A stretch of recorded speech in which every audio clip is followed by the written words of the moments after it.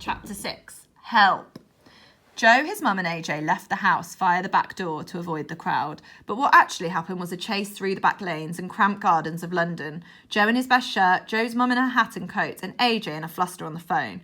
No, I said abandon the interview. My client can't make it. He has to go to Downing Street. How many more times? Have you been drinking? Don't you use that language at me. Oh, well, that's charming, isn't it? Same to you. AJ hung up. I've cancelled your appearance with Mr. Tumble on CBeebies. A black car pulled up at the bottom of the side street. Perkins? A voice from the car boomed. Yes, said Joe. Hop in, the PM is waiting. The car is bigger than our house, Joe's mum muttered as she climbed in. The car was cool and quiet inside. The seats were black leather and more comfortable than most of the comfortable sofa. It even had a TV, and not one of those ones where you could only watch a Doctor Who DVD, but a proper telly with all the channels. Hey, look, it's us, AJ said, pointing at the screen. Sure enough, they were on TV, being filmed from the sky by a helicopter. Underneath, the caption read, Perkins off to Downing Street for showdown talks. Look at the crowds, Joe, Mum squealed. The streets ahead were teeming with people. They must have all been watching the TV too, because it seemed that from every house around, people were spilling out onto the street to see Joe. We're never going to get there at this rate, the driver said gruffly. Is there a sunroof? AJ asked. Stevens is the name, sir, and yes, there is. And there must be some sort of sound system too, right? Yep, there's a speaker on the roof and a microphone in the armrest, but it's only supposed to be used in an emergency, Stevens added. This is an emergency. I've got a plan. AJ's eyes lit up as he lifted the mic out from its hiding place. Slowly, the sunroof opened. There was a hush from the crowds as they realised that something was about to happen. Suddenly, AJ's head and shoulders popped up, clutching the microphone. Hello, everyone, AJ yelled. Are you in the mood to break some records? Yes! They all yelled with a mixture of excitement and confusion. Good. Here's what we're going to do. You lot go to this side of the road and you lot to the other side. AJ gestured with his hands and the crowd parted down the middle, allowing room for the car to drive through. Now I want to see those hands because we're about to do the world's biggest high-five-a-thon, AJ yelled. But you don't want just me high-fiving you, do you? No, they all yelled. Who do you want? AJ said, cupping his hand to his ear. We want Joe, they yelled in unison. You want who? AJ's many years watching Punch and Judy shows hadn't been wasted. We want Joe, came the response, twice as loud. AJ leant back in the car. Come on, Joe, AJ smiled. Let's get high-fiving. I find it tricky, Joe said nervously. Last time I high-fived someone, I gave them a nosebleed. Oh, you'll be fine. Just hold your hand out. Come on, your adoring public await you. AJ grinned. Joe took a deep breath and poked his head out. The noise was so loud, it was like someone throwing a bucket of applause over you. At first, Joe was overwhelmed, but then he looked over at AJ and Mum, who were also hanging out of the sunroof by now, and suddenly the nerves began to melt away. Joe for PM! Everyone was yelling over and over. AJ, Joe and his mum all held out their hands and they high-fived the cheering crowds as they went. Joe felt a wave of happiness come over him, not because of the limo ride of a lifetime or the fame, but because he felt he was finally going to win at something. He was going to see the PM and save the park and his mum's job. A short while later, the three of them arrived at 10 Downing Street. Mum and AJ got out the limo, followed by Joe, who lost his balance and fell out. We should have brought some fig rolls, Mum said anxiously. Why? Joe asked. You should never arrive at someone's house empty-handed, Joe's mum insisted. Mrs. P, we're here for the showdown political talks, not a children's tea party. Right, everyone, game face on. AJ's right, Mum. Let's say no to everything at first. Show them that we mean business, Joe said determinedly. The door of number 10 Downing Street swung open to reveal a grey-haired gent in half-moon glasses. Ah, Master Perkins and family, I presume, said Jenkins wryly. No, Mum yelled before grinning and nodding knowingly at Joe and AJ. My mistake, the old man said, and the door slammed shut. Joe and AJ looked at each other, then at Joe's mum. AJ knocked on the door again. It was the same old gent. Hello, I'm Joe Perkins, Joe said. No, he's not, Mum yelled. Mum, we don't have to negotiate this bit. Let AJ and me do the talking. I'm Jenkins, the old man said. No, you're not, Mum yelled. Sorry, old habits die hard.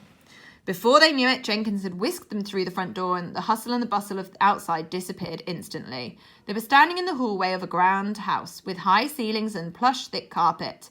Nice pads. AJ gave a cheeky little wolf whistle. Thank you, we try, Jenkins sighed. The Prime Minister will see you now. Jenkins led the three of them down a wide corridor to a huge office. There sat Percival T. Duckcombe behind a desk with Violetta standing next to him. Duckcombe chomped on his 5th Scotch egg of the day. Oh, you're here, are you? He said, spitting the sausage and egg crumbs everywhere. Yuck, children, Violetta sneered. We must get this place steam cleaned ASAP. Mr. Prime Minister, sir, Joe started. I just want to say sorry for losing my temper yesterday. I was just trying to save the park. You see, Mum works there. I know why you're here, and you can save me the sob stories. I've heard them a million times on TV in the last few hours. And frankly, I'm sick of the sight of you. It's not easy being Prime Minister, you know. Truth be told, it's a nightmare from day one. The coffee machine doesn't work. You'd think the Prime Minister would be able to get a decent cup of coffee, wouldn't you? And someone keeps pinching all the best chalky biscuits. I think they do it on purpose because they don't like me. I see the things they write on the toilet walls, you know. The Prime Minister is a poo-poo head. I see them all. Well, stuff 'em, I say. I never wanted to be Prime Minister anyway. I wanted to be a train driver. Maybe I still can be. Either way, I'm off, said Percival, standing up and grinning insanely. What? Joe said. What? Violetta hissed. Here, sign this so you can have what you want. Duckcombe thrust some papers at Joe. You're going to save the park, said Joe, grabbing the papers and signing them immediately before the Prime Minister changed his mind. Joe looked at AJ and his mum. They'd done it. They'd won. What do you mean you're off? Violet asked. I've had enough. I've had enough of him, Percival pointed at Joe. And I've had enough of you, he yelled. Violetta tried to smile, but smiling wasn't something she'd ever really done before. She gave it her best shot. Well, about time. I mean, your country thanks you for your service, etc., etc., but really you should have handed over power years ago. Violetta pulled out a tape measure and started to measure the curtains. Well, they'll have to go for a start.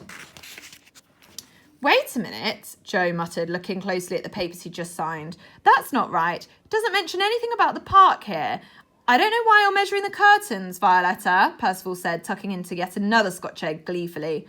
What do you mean, said Violetta. This doesn't make any sense, said Joe, scratching his head. It says here, I'm the... Because you're not going to be Percival began. Prime Minister, shouted Joe. Violetta looked at Joe. Joe looked back at her. They both looked at Percival. What? Joe and Violetta yelled at the same time. You heard. Anyway, I just did as you said, Violetta. I gave him what he wanted. You idiot! Violetta shrieked. You've made him Prime Minister. What about me? I would have made you PM, Violetta, but there was one thing that kept getting in the way. Percival snorted. What? Your personality. You're a horrible person. I mean, I know I'm pretty obnoxious, but you, Violetta, are the most ghastly person that I've ever met, and I'm a politician, so as you can imagine, you're up against some tough competition. But I thought you were going to save the park. I thought that's why I was here, Joe shrieked. Once you're PM, you can save the park. You can do whatever you want when you're Prime Minister, but I don't want to be Prime Minister, Joe cried. I do, Violetta cried. Serves you two right. Who says Percival T. Duckcombe is an idiot? The only downside is I want to get to watch the fun as you two have to work together. Violetta, meet Joe, your new boss. And with that, Percival T. Duckcombe started to laugh. And the parks, they fall under the Deputy Prime Minister's department. But isn't that... Joe began. Joe, meet the Deputy Prime Minister, Violetta. Percival laughed again, only louder this time. Ha ha ha! Spraying semi-digested Scotch egg everywhere. Have fun, you two. I'll send you a postcard from the train driver school. And with that, Percival T. Duckcombe ran out of the room, tooting like a train as he went. Joe looked down at the paper with his signature on. Perhaps Percival was joking. I mean, you know how some grown-ups think they're funny, but actually they're not. Perhaps it was one of those occasions. This can't be happening. I can't be Prime Minister, Joe shouted. That's not what it says here, Jenkins said, snatching the paperwork from Joe. All the colour drained from his face as he looked up solemnly at Joe. Welcome aboard, sir.